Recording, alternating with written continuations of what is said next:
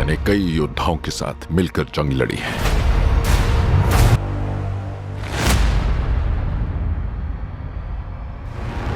वो इतने ताकतवर थे जितने हम सब मिलकर भी नहीं हैं।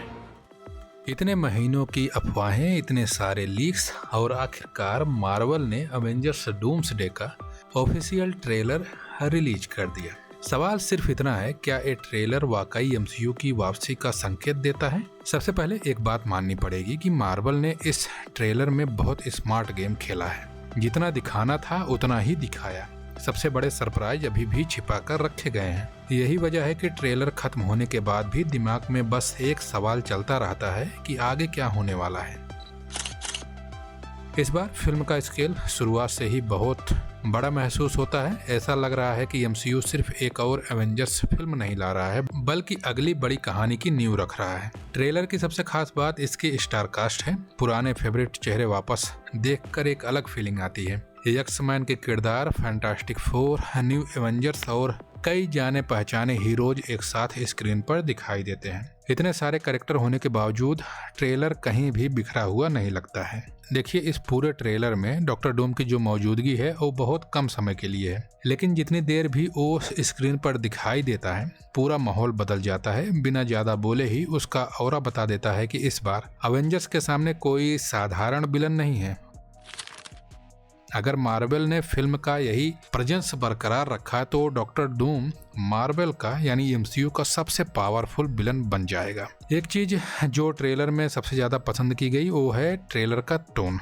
इसमें बेवजह के जोक्स नहीं भरे गए हैं। पूरा माहौल सीरियस, टेंशन से भरा और आने वाले बड़े संघर्ष यानी लड़ाई का एक एहसास कराने वाला लगता है। हम सबको याद होगा कि यही जो फील है वो हमें इन्फिनिट वॉर के शुरुआती प्रमोशन के दौरान भी देखने को मिली थी। अगर हम विजुअल की बात करें तो मार्वल ने इस बार स्केल पर कोई समझौता नहीं किया है। बड़े बड़े सेट, शानदार सीजीआई और दमदार बैकग्राउंड स्कोर मिलकर हर फ्रेम को सिनेमैटिक बना देते हैं। कई शॉट्स ऐसे हैं जिन्हें थिएटर की बड़ी स्क्रीन पर देखने का इंतजार फैंस को जरूर होगा।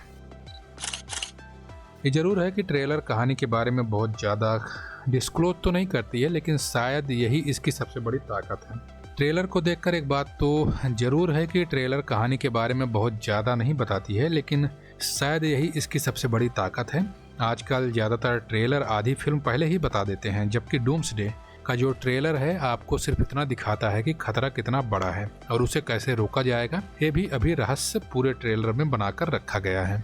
अगर रिलीज से पहले सामने आई जितनी भी अफवाहें हैं, जो भी सीन से लीक हुए थे, वो इस ट्रेलर में हमें कहीं भी देखने को नहीं मिलते हैं। इसका मतलब है या तो मार्वल ने जानबूझकर बहुत कुछ छिपाया है या फिर इंटरनेट पर घूम रहे कई लीक्स पूरी तरह से एआई जनरेटेड हो सकते हैं या वो फेक होंगे।